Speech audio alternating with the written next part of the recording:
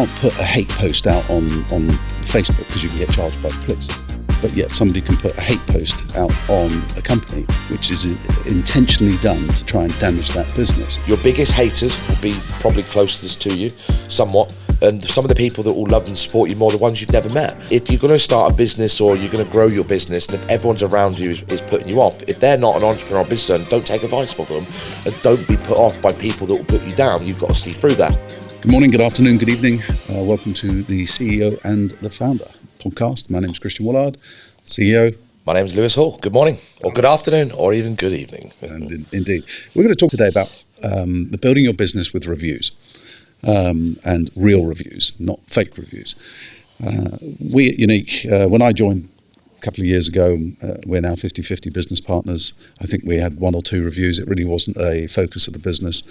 There was that just wasn't an energy being put into getting reviews. But years and years ago, I studied marketing, advertising, graphic design, and I love advertising. And of course, one of the most powerful parts of advertising is word of mouth, because you can spend all the money in the world, but if your best mate next to you tells you don't do that, you're not going to do it. But if he says you better do that, you're going to. And so word of mouth. And what is a good way of word of mouth is people's real experiences with a business. With our business, it's a challenge with any business to get reviews, because let's face it, people have to go out of their way to sit down and physically write a review and so on and so forth. So, I mean, we run incentives with our clients that, it helps build our brand, helps build who we're doing, and it helps support you as a client that's come on board, because if we're doing well, you're going to be doing well. So we've got over 100 plus reviews ranging from 4 to 5 star. Most of them are 5-star reviews on Trustpilot, which is absolutely fantastic. And thank you very much to every single client that has left one. All of those reviews are real people. They're clients of ours. They have done business with us. They continue to do business with us. Some have reinvested with us, and they're real reviews. But you also run the headache of the competitors out there, the people that don't like you. Just your face doesn't fit, and they don't like what you do, or they don't believe what you do. And so we equally get spats, and it goes through phases. So it's weird how it works. Yeah, so last week and this week we've had a spat of about 4 or 5 1-star reviews, and they're not clients. They've never done any business with us. They don't know how we're structured. They don't know what our business model is, but they just will put a review in saying, "Oh, you must be a scam. You're a Ponzi scheme. You guys are idiots." Or Lewis is poor. Lewis is poor. These guys are just going to disappear with your money to Dubai. And it's so frustrating. I don't understand what gives people the mental capacity, the unethical intention to just slate a business when they don't even do any business with us. What satisfaction do they get out of that? Because it's very much peasant behaviour in my view. I said this yesterday, and I generally mean this, because this is going to sound bad. I've never left a review, right? I generally haven't. I don't think I have either. And I always go to someone, can you leave me a review? Of course. And I went to leave Tom Hartley a review once. He sent me this link. I clicked on it, then Google password, and I was like, fuck it, really? And I read this review. It was an honest review, and it was a good one, Mr. Hartley. And then it got to the end, it just wouldn't load, and I was like, fuck this. And then someone else tried to do me. I don't know what's wrong with my Google account on my phone, but it's not as straightforward. And yes, I'm contradicting myself, because we want people to leave us reviews, but the point I'm trying to make is it's not an easy process to go through. You've got to go out of your way. Now, we've got a lot going on. That sounds really arrogant, but for people to go out of the way to leave us a good review, thank you very much. Yeah. And we've got an 87.9% return rate for our investors, which is great. Now, the challenge, what makes you laugh, is, like Christian made a good point, when it's not that we didn't ever focus on reviews before. We stopped it, to be honest with you, because we got so much hate back in the day, and that was because we sold rent-to-rent service accommodation deals in COVID. Well, we didn't sell them in COVID. We sold them in COVID come. So we got a lot of hate online. So we had to turn off the features where you couldn't review us. And unfortunately, like you said, you get a lot of hate, you get a lot of... We get someone the other day that was working... I wouldn't say they're our competitors, but they sell similar type of products to us, let's be honest. So you could class them as our competitors. And a staff member that worked in there said to us 4 months ago, they had a secret meeting and they asked staff who would go on Unique's property group and leave reviews, and they said 3 people left reviews. Now, we've got a process in place with Trustpilot, and if it's not an honest review, you can get them removed. But that whole process, when they leave a 1-star review, it's so like, you get really frustrated. Not that I don't get frustrated, because it is an attack on us. Like, it's sad. Like, we had a staff member quit recently. He's like, watch my review online. Like, really? Grow up, mate. I think. But then also, sorry, one more thing, because I could forget. Someone else said yesterday, going, well, now and I shared this with you, well, your reviews look too good. Like, you can't fucking win. It is what it is. And it's like, but then also someone said, well, an organisation as big as yourself, you should have more than the reviews that you've got. And I said, look, you've got 120 5-star reviews. That's a lot of reviews. Now, look, we deal with a lot of investors, trying to get everything. These investors are hands-off. They haven't got we deal with their PAs or their market managers, trying to get them to do reviews. If we got their staff to do it, it's not ethical. And Christian made a good point that we don't allow, if you're going to leave a review, it's got to be you. So it's not going to be, we don't allow people's staff to do it, because then it's just fake. So we try to get as many reviews as possible. And I personally think 120 is a lot. You can't just leave a negative, or you can't put a hate post out on Facebook, because you can get charged by the police. Correct. But yet somebody can put a hate post out on a company, which is intentionally done to try and damage that business. Look, everyone's entitled to their opinion, right? Everyone's entitled to free speech. I just need to finish. So if somebody's putting a hate post intentionally to do harm to a business or destroy or discredit a business, there should be a legal recourse to have that person charged, and there should be compensation paid to the company for them doing so. Where is that? It's slander, right? Yeah, it's slander. Well, it's libel, because it's in writing, and there needs to be a change in this country to allow businesses to operate correctly and have correct reviews and negative reviews if they are incorrect and not true and fake. They need to be either removed immediately, and that person should be chased down, and there should be compensation. I'm looking into that in the background, because we've hired a forensic team of technical experts. So they will find the IP addresses of those people that have left those reviews, and we will get hold of them, we will take them to court, and we will sue them, and we will get justice. But that is a pain in the arse. Why do we have to do that? There should be better protocols in place and safeguards for businesses in this country. Couldn't agree more. And it's like, look, just so people don't get confused, if you've bought something off of business, you're more than welcome to leave a review. Yeah, we say to our clients, your own words, leave a review. We're not talking about people that have bought off us. We're talking about people that have left reviews that have never used us before whatsoever. You shouldn't be allowed to. It's like, what's a good example? It's like me writing a review on Waitrose. Waitrose is big offices across the window from over there. I don't even shop in Waitrose. Do you know what I mean? It's like their food crap and blah, blah, blah, blah, but I don't go in Waitrose. But it's like, it's sad. It used to really irritate me, because it can have an impact.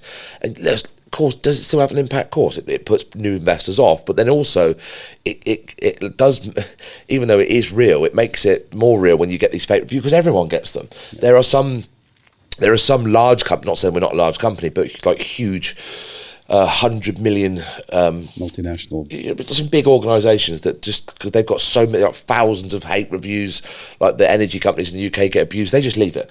Some companies will respond to them, but we're quite passionate about it, because it is, to us, it's an extension of our marketing. And when you get idiots out there, and there was someone the other day in a group, what do they put? They look at Unique's. No, someone wrote something, and it was, I like watching Unique's content because they're just, and someone was like, well, we'll put a stop to that, just put another fake review on there. It's just like, really? Yeah. I mean, I had one recently on our Trustpilot, and somebody's gone into great lengths. It must have taken them, a serious amount of time, looking at company's house, looking at different accounts and all the rest of it. And it doesn't matter what I said to them. I said, you don't understand what we're doing in the process. So for everyone out there, if you're listening to this and you're thinking, yeah, I've looked at the company house, we've just filed today to July 2023, because that is when we stopped being what we were, a property sourcing business that supplied rent-to-rent deals. In July 2023, it was a profitable company. We filed those accounts because it stopped then, and that's where we made the strategic change to turn the business into a property investment firm. And over the last period of time, and you won't see results on that, but we're anticipating that we'll be the next filed accounts And you'll see in the statement, in the director's statement, that we'll be a 12 million turnover business for the following set of accounts. We've already raised in excess of 7 million. We've bought assets, huge amounts of assets that will then show onto the next balance sheet, on the balance sheet on the next filed accounts. We've got in excess of 500 investor clients. Obviously, Dubai is a separate issue. But there's a lot of work and energy and time that goes into developing a business. You don't just rock up and take a company off the shelf and then build it into a multi-million-pound business. And accounting terms, what you see and what people can see isn't a true reflection. 21 to 22 on Companies House, and that's obviously changed. So it needs to be a conversation with us rather than just splash something out there, and then you can get the real story. Yeah, just on that, I mean, I think it's fair to say that looking at, I'm not this is your field, but looking at Companies House on anyone isn't a true reflection, because it's not accurate at any given time, because you're always a year behind or forward, right? Not forward, but behind. Yeah. The filed accounts are always a year behind, or in some cases 18 months behind. So. But going back to it, so look, let's be honest. Anyone who's successful, you get a lot of haters. There was one, Rob Moore's a successful property entrepreneur. What was his comment once? I spoke to him and what did he say? I've got more haters to fill a football stadium or something. I couldn't stop laughing. And he probably has. Look, it's not nice knowing people hating on you, but unfortunately, when you're successful or when you're trying to improve yourself, or when you're trying to sell something in the UK or whatever, you get a lot of hate. Well, that can't be true. Look, we get it. I used to get a lot. Now our social media is. I mean, our unique property group is seen just on Facebook alone by 25 million people, and that's impressions. So let's put that down by half. But millions see the content. Millions watch our content, my content, the YouTube, the podcast. Sorry, not the YouTube. And unfortunately, people just hate. I mean, we've got people. This might be a surprise to some people. I run the marketing division and the sales side of it as well, but we have 2 full-time members of staff that are structured across shifts to delete hate on social media, and that's not because of Unique. That's in any industry. We just won't allow it to be there because it can devalue what you do, but we challenge all of it. We will anything that's rude, aggressive, and just completely incorrect, we'll delete. If it's someone's opinion, they can keep it there. We get some investors that will start arguing with these people, but we challenge it. So someone the other day was going, "Oh, this is a scam." Okay, so could you please explain why this is a scam? And then on his profile, it's like, "Help people, don't bring them down." It's like, really? Like, you couldn't make it up. So Eve, my social media manager, has responded because she's passionate. She's gone, "We explain how this is a scam." Well, it looks like a scam. How does it look like a scam? Well, because you don't have offices. Scroll through how we don't have offices. Have you gone through our profile? No, I'm just looking at the photo. It's a scam. How? And then at the end of it, 16 messages later, "I'm so sorry. You just caught me on a bad day." Now look, when we put our paid ads out there, which is 15% of our marketing, you are putting yourself out in front of people that don't want to be marketed to. Mark Zuckerberg offers that service and we pay him. So I get it somewhat because people feel right they can do that, which is somewhat arguable, but it's sad, right? It's we get a lot of love as well. We get a lot of people that are inspired by what we do. But unfortunately, when you try, especially in the UK, you try and better yourself. Now, we don't think we're better than anyone, but we're better than what we used to be as a business and what we're us as entrepreneurs. But the amount of hate that we get is astronomical. It's quite sad, really. But there should be a public shaming facility for people that do inaccurate. But some of these people, even there was one person, and he's a property entrepreneur. He speaks at events. He messaged our page last night. Fuck. Like the message he written, I deleted it this morning. He must have been on his wine or whatever. So I sent him the message this morning. I said, "I think you got an apology, or I'm gonna put that on my story." Knobhead.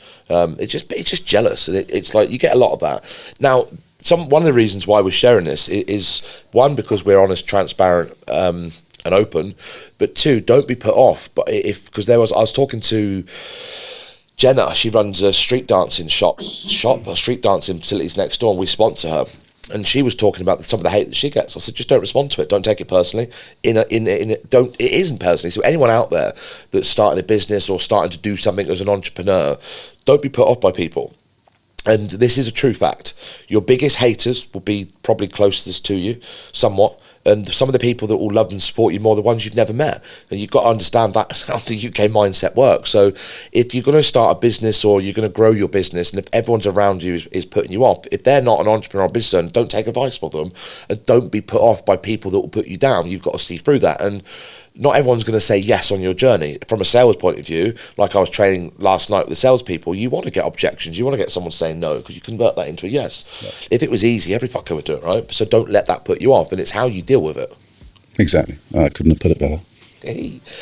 So on that note, that's another brief podcast, just us talking about reviews in general. Hope at least you get some sort of value from this, and like I said, if it inspires one person, it's worth us taking our time to do it. Indeed. Thank you for listening. We'll see you in the next one.